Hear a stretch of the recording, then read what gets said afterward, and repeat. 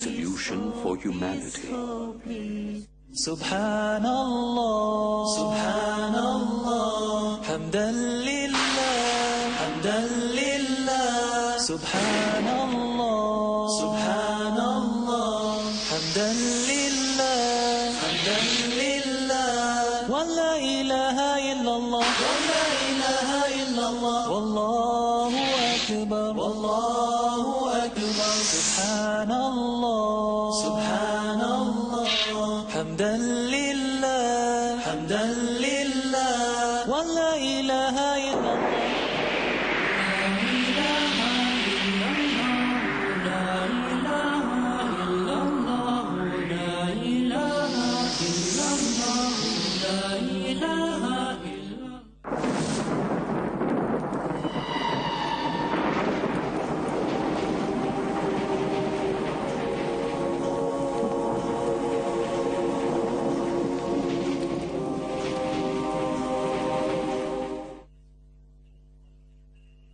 Prophet Muhammad ﷺ, because he was the last of the prophets of Allah to come, he gave descriptions of Dajjal which were so precise, it is as if we could see him before us, because there was none to come after him.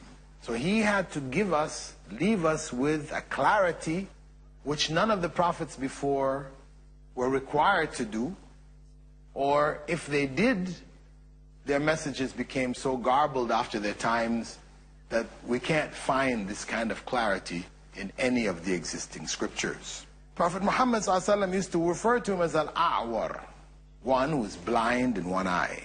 And he described in more detail that his right eye will be like a floating grape, shaking in his head, not in a fixed position. That will be his blind eye.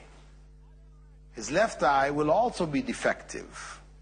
It will have a thick film, opaque, like that of a fingernail, and it will be green in color, like green glass, and it will be bulging.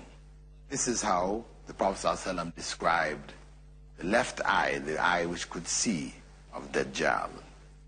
He further went on to describe his complexion, saying that he would be ruddy white, like the people of the north, the UK, Finland. Very white, so much so that their skin has a red tinge to it. And his forehead will be prominent, protruding, and his neck wide. He will be short and stout, be young and very powerfully built, and his back will be slightly hunched. And when he walks, his feet would be set apart, not walking feet together, unusually far apart. And his hair will be curly locks, which look from a distance almost like snakes coiled on each other in his head. Big locks, something like Sai Baba in Tamil Nadu, but bigger locks. He will also be sterile. He will not have any children. According to the Prophet ﷺ, he most resembles a particular individual by the name of Abdul Uzza ibn Qatan. Abdul Uzza ibn Qatan, from the Mustalaq clan of the Khuza'a tribe, who had died in pre-Islamic times. And this statement of the Prophet ﷺ is clear proof that Dajjal is a man, not a symbol for Western civilization or the television, as some people have claimed. Muhammad Abdu of Egypt claimed that Dajjal was symbolic of superstition and deception and abominations. But such claims are inaccurate and incorrect. He is a man. Prophet Muhammad ﷺ went on to say that disbelief will be written between his two eyes, which will be recognizable by both literate and illiterate believers. The letter kafir will be written there. Kafir, disbeliever. The fact that only Muslims and the believers will be able to recognize it, this doesn't mean that it is symbolic. It just means that Allah will have it in such a way that the believers will recognize it and others won't. And his powers, what will distinguish him as the most severe trial to face human beings from the beginning of the world, the beginning of humankind on earth, is that he will appear after 3 years of worldwide starvation and drought. So when he comes with his powers, people will be in a state of desperation. The Prophet ﷺ said that he will command the sky to withhold 1/3 of its water. Allah will command the sky. And the land to withhold 1/3 of its produce during the first year. In the second year, Allah will command them to hold 2/3. And in the third year, they will withhold everything. This is part of the test, the circumstance which Allah will prepare in the world for the coming of Dajjal. So he will come at a time when the earth is caught up in a state of starvation. And he will call people to believe in him. For those who do, he will command the sky to rain and the earth to bear fruit. And they will.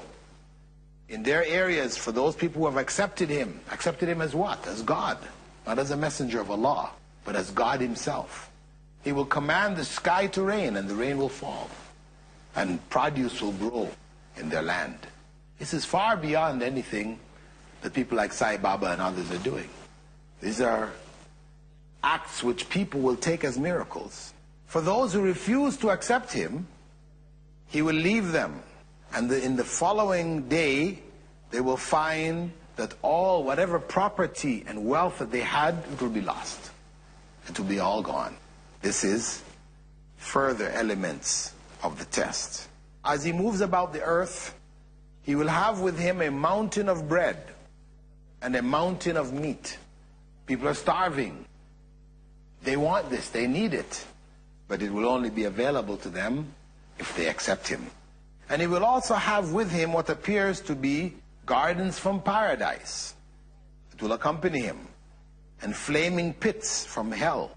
2 rivers flowing from what appears to be his paradise and what appears to be his hell. Flowing, one appearing white and cool from the paradise, and the other appearing like molten lava. These will accompany him also. And wherever he goes, he will command the earth, he will give commands to the earth that the treasures of the earth would come out. And they would come as if resurrected from the earth and follow him like bees in a swarm. Furthermore, he will move around from one end of the earth to the other like wind-driven rain. And he will enter every region and every town on earth except for Mecca and Medina. And when he encamps at the salt flats outside of Medina, 3 earthquakes will shake the city, and all of the disbelievers and hypocrites will leave Medina and join him. This is a part of his trials. Among his trials is that he will ask a Bedouin, if I were to resurrect your parents, would you testify that I'm your Lord? And the Bedouin would say yes. Then 2 from the jinn, from the evil jinn, who are under the control of a Dajjal, will appear in the form of his parents and tell him, follow him, my little son, for he is your Lord. Who would be able to restrain themselves at a time like that? When your own parents appear before you, telling you to follow this man, because he is God. He will appear to be able to give life to the dead by cutting a young man cleanly into 2 halves. Then he'll walk between them, and he will call them to come, and they will join back together, and he will come running to him, laughing with his face beaming. However, he will be confronted by a young believer who will also be cut into 2 halves, from the middle of his head right down. Dajjal will then walk between his halves and tell him to come back to life. However, When he asked the young man to believe in him, the youth will reply, I've only become more certain that you are false. And then he will call out to the people saying, O people, he won't be able to do this with anyone after me. He will be the last one that you will be able to do that to. Dajjal will then grab him by his neck and try to chop off his head. But a band of copper will come over his neck and Dajjal will not be able to cut it off. So he will grab the boy by the nape of his neck and by his feet, and he will throw him into that river of fire. People will see him fall into the fire and be consumed by it, thinking that, of course, he is burnt up and going to hell. But the Prophet ﷺ said that that river is actually paradise, and his paradise is actually hell. So that young man who is burnt, who appears to be burnt, is actually going on ultimately to paradise. And he said, هَذَا أَعْظَمُ النَّاسِ شَهَادَةً عِنْدَ رَبِّ الْعَالَمِينَ. This young man is the greatest martyr in the sight of the Lord of all the worlds. So these are among the deeds that Dajjal will be able to do. Who would be able to withstand belief in this individual? Who would be able to hold themselves back? Only those who are conscious of Dajjal. They're aware of what he's going to do, what he's going to look like, and all these different things. If they have this knowledge, then he cannot deceive them. But if they have forgotten, then he will be able to. And that's why the Prophet ﷺ had said, Dajjal wouldn't appear until he is forgotten. People have forgotten about him. And in the mosques, on the mimbars, the imams will not talk about him anymore. So this is when he will come. With regards to the place of his appearance, Prophet Muhammad ﷺ went on to tell us, Dajjal will appear from a land in the east called Khurasan, and will be accompanied by people whose faces look like flat beaten iron. Abu Umama, one of the companions, quoted the Prophet ﷺ as saying, he will appear from a pass between Syria and Iraq and will create havoc left and right. Whenever he confronts Muslims, he will be trying to destroy them and wipe them out. Many of his followers will be from the Jews. The Jews continue to await the return of the Messiah. The Messiah, when he came, who was Isa, the son of Mary, they rejected him, said no, his mother was corrupt. She was a prostitute. She gave a child out of wedlock. And they rejected Jesus and attempted to kill him. So they continued to wait for the Messiah. And there has appeared people in the history, the Jewish history, at different points who claimed to be the Messiah. One of the last, most recent ones did so in Turkey. But when the Turkish authorities captured him and put him on trial, he recanted and accepted Islam. So they continue to wait for the coming of their Messiah, who is none other than the Antichrist himself.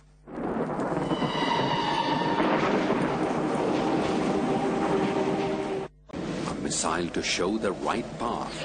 If you believe that what you believe is true, that Islam is the only true religion, Hussein Yi. then it is your duty and my duty to prove to the people that this is the true religion. A missile to spread the message of Allah.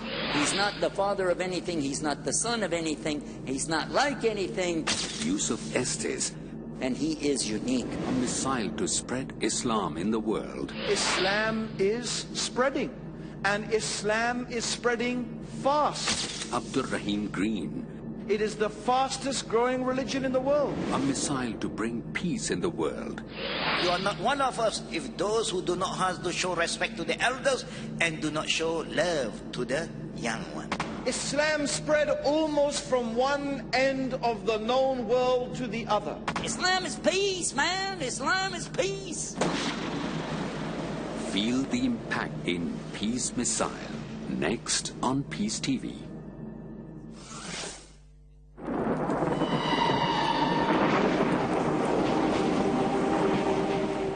The Prophet ﷺ had said, as narrated by Anas ibn Malik, 70,000 Jews of Asbahan wearing shawls will follow the Dajjal.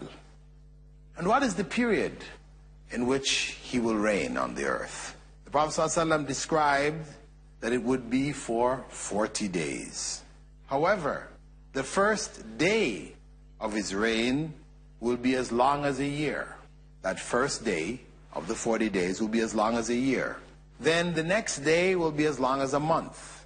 And the third day will be as long as a week. And the rest will be like our days. This is how the Prophet ﷺ described it. And when he told his companions about this, that the first day of the reign of Dajjal would be the length of a year, the first thing that the companions asked him was, what will we do for Salah at that time? How will we make our prayers? That was what concerned them.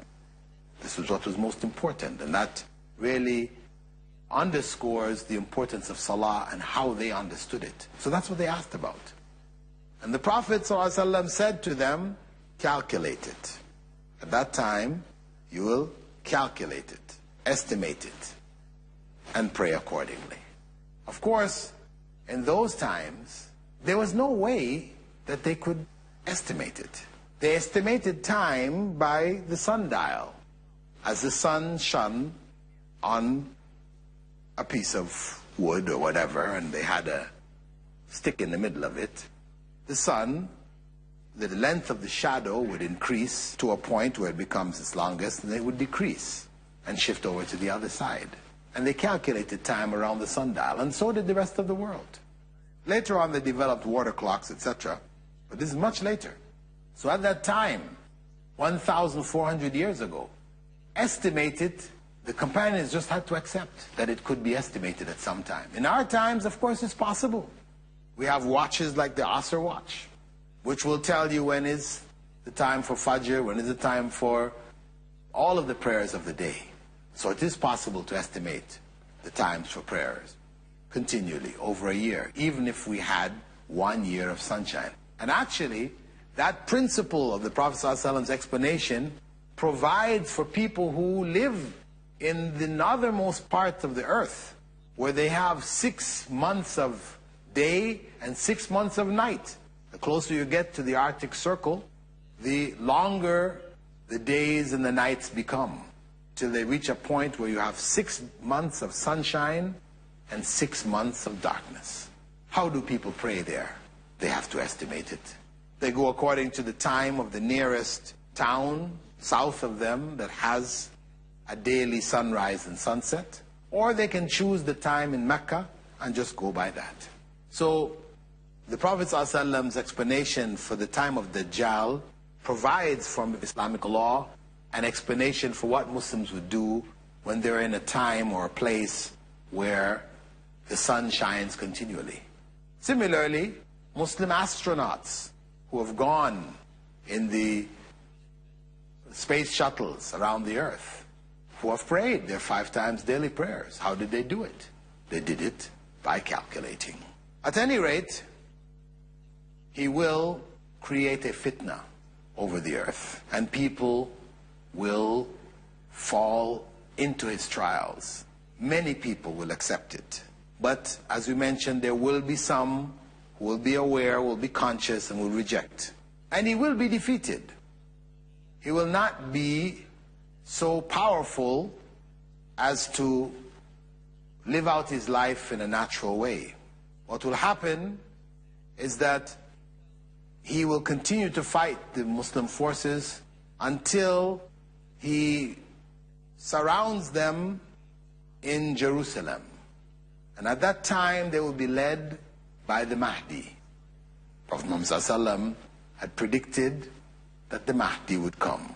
He would take bay'ah at the Yemeni corner of the Kaaba. Armies will be sent to defeat him from among Muslims, thinking that he is false.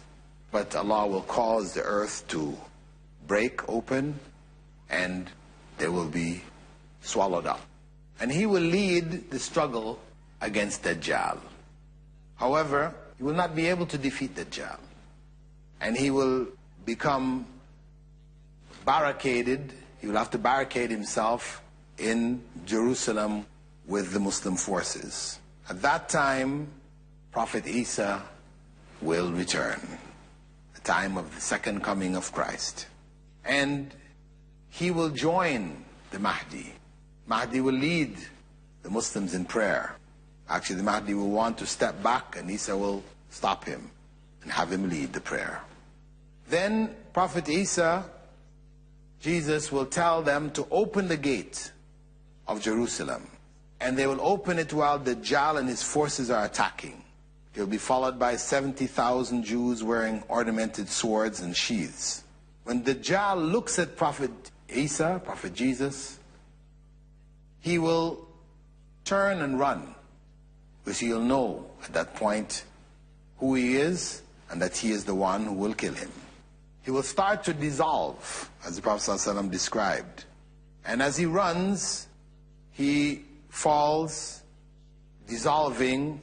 Prophet Isa will catch a hold of him in the eastern gate of an area called Lud, and there he will kill him. And he will raise his sword that he kills him with, and the people will see blood on it. Actually, not a sword, but a spear. And at that point, all of his forces will be defeated, and they will be hunted down. That will be the end of Masih ad-Dajjal. The question is, will we be ready for him? What did the Prophet ﷺ offer as a means of preparing for his coming? First and foremost, one has to cling on firmly to the teachings of Islam, because ignorance of its teachings will mean that one will not be able to resist the temptations of following ad-Dajjal. Secondly, Prophet Muhammad ﷺ recommended that we memorize the first 10 verses or the last 10 verses of Surah Al-Kahf. And this chapter talks about the signs of Allah in the stories of that chapter, that every Muslim should memorize these verses. And the recitation of Surah Al-Kahf on Friday is highly recommended. Also, by utilizing the supplications which Prophet Muhammad ﷺ gave us in our daily prayers, seeking refuge with Allah, because ultimately it is Allah who is going to protect us. Human beings will not be able or capable of protecting us. Frequent remembrance of Allah will further protect us. Furthermore, we should flee from him. People shouldn't feel bold and think they can take him on. They should flee from him.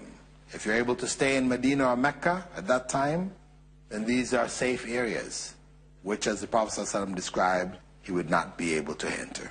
And the Prophet ﷺ said, whoever hears about Dajjal should go far away from him.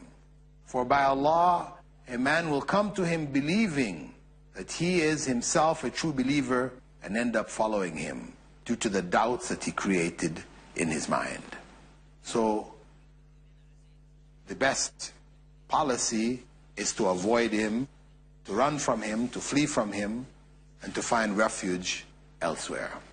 So, back to the beginning, as the Prophet ﷺ said, there is no trial from the time of Adam's creation until the last hour greater than ad-Dajjal. Muslims need to know about him. Their children need to be taught about him, instead of Harry Potter and Hogwarts and all this other foolishness, where Muslim kids know this in detail, and they have no idea about Dajjal. This is the challenge, for us to revive this information. Imams in the masjids should remind people from time to time about Dajjal, because he won't come until he is forgotten. With that, I'd like to close now, hoping that this information would have revived knowledge about Dajjal amongst you, dear viewers, and that you would share this knowledge with others and help them to come to this realization and to spread knowledge in their families and their children, so that he will not be able to have the kind of impact that is described in the Sunnah of the Prophet ﷺ. With that, I'd like to close asking Allah to protect each and every one of us from this terrible trial to come. Assalamu alaikum wa rahmatullahi wa barakatuh.